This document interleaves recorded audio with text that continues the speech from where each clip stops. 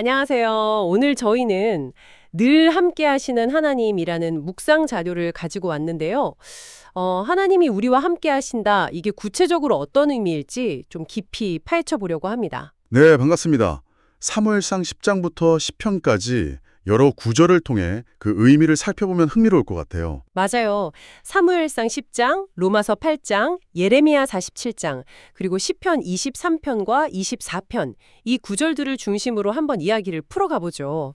자, 그럼 첫 번째로 사무엘상 10장부터 시작해 볼까요? 네, 이게 이스라엘 백성들이 왕을 막 요구하니까 하나님께서 사울을 지도자로 세우시는 그 장면이잖아요. 네, 맞습니다. 거기서 내게는 여호와의 영이 크게 임하리니 변하여 새 사람이 되리라. 이 말씀이 나오는데 이게 핵심인 것 같아요. 하나님이 지도자를 통해서 함께 하신다? 뭐 이런 의미겠죠? 그렇죠. 근데 여기서 진짜 재밌는 점은 사람들은 눈에 보이는 왕을 원했잖아요. 네네. 근데 하나님은 그 왕한테 당신의 영, 하나님의 영을 부어주셨다는 거예요.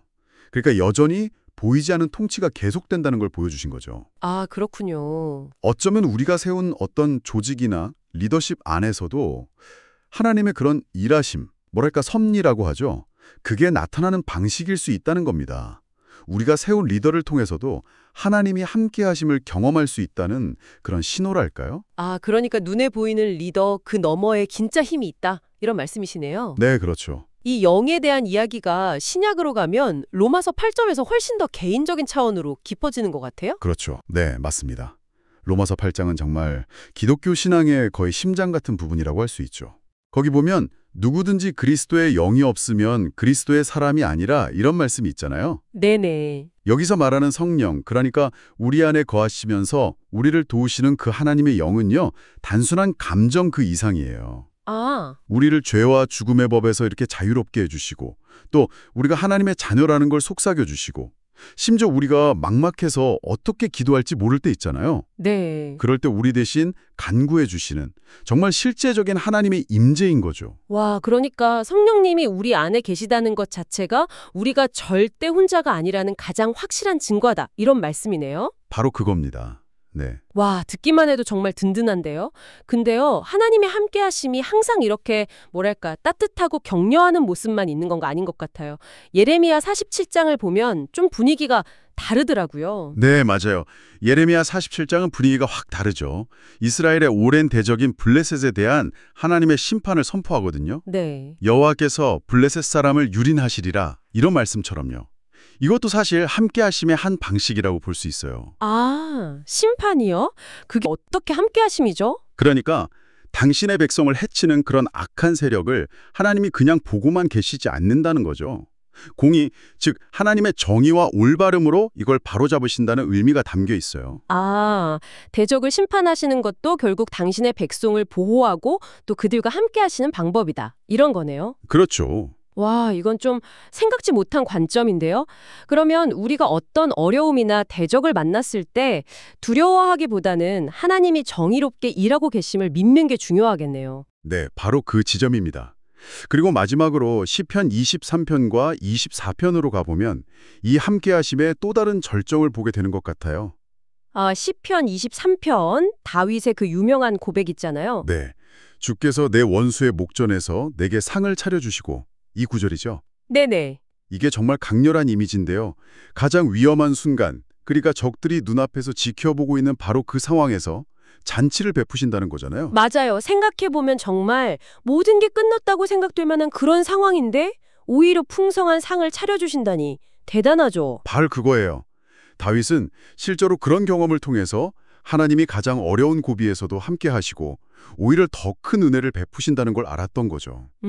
그래서 우리 삶에 어떤 위협이 닥쳐올 때 절망하기보다는 원수 앞에서도 잔치를 베푸시는 그 하나님을 바라볼 때 우리가 예상치 못한 평강과 풍요를 경험할 수 있다.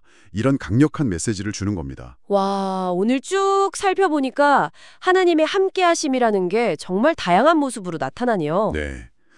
지도자를 통해서도 나타나고 또 우리 안에 거하시는 성령님을 통해서도 나타나고 때로는 대적에 대한 심판을 통해서도 그리고 가장 절망적인 상황에서의 어떤 극적인 돌보심을 통해서도 나타나고요. 네, 맞습니다. 결국 중요한 건 어떤 상황에 있든지 우리는 결코 혼자가 아니다. 이 사실인 것 같아요. 네, 맞아요.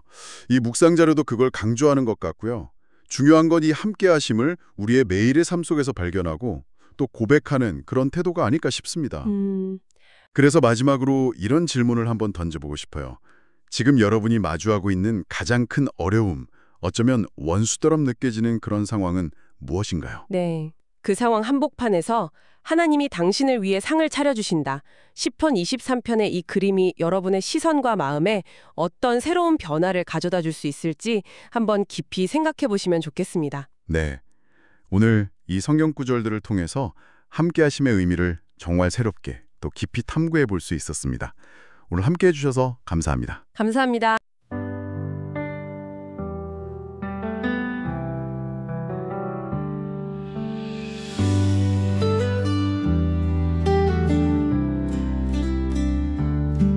기름 부어 세우신 왕 주 영이 임하니 새 사람이 되고 백성 위해 지도자를 주신 주 그 사랑으로 함께 하시네.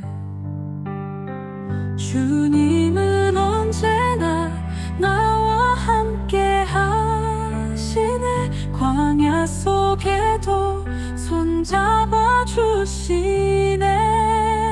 주 발자취를 따라 걷는 이 길에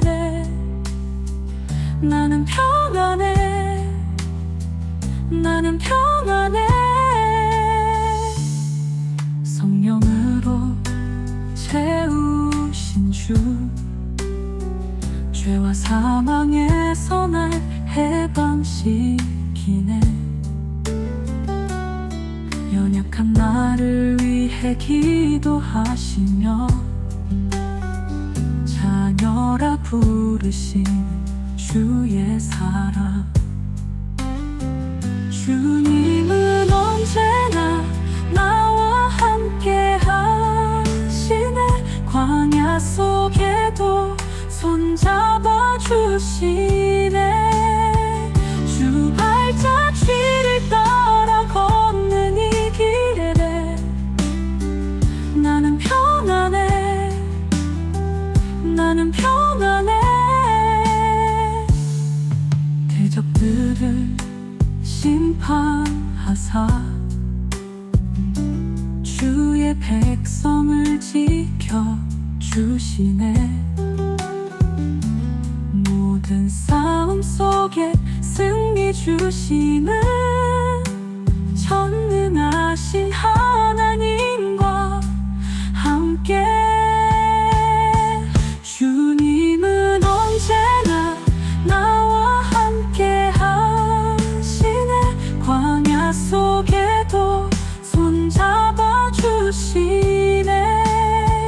주 발자취를 따라 걷는 이 길에 나는 평안해. 나는 평안해. 원수의 눈앞에서 상과 잔을 차려주시네.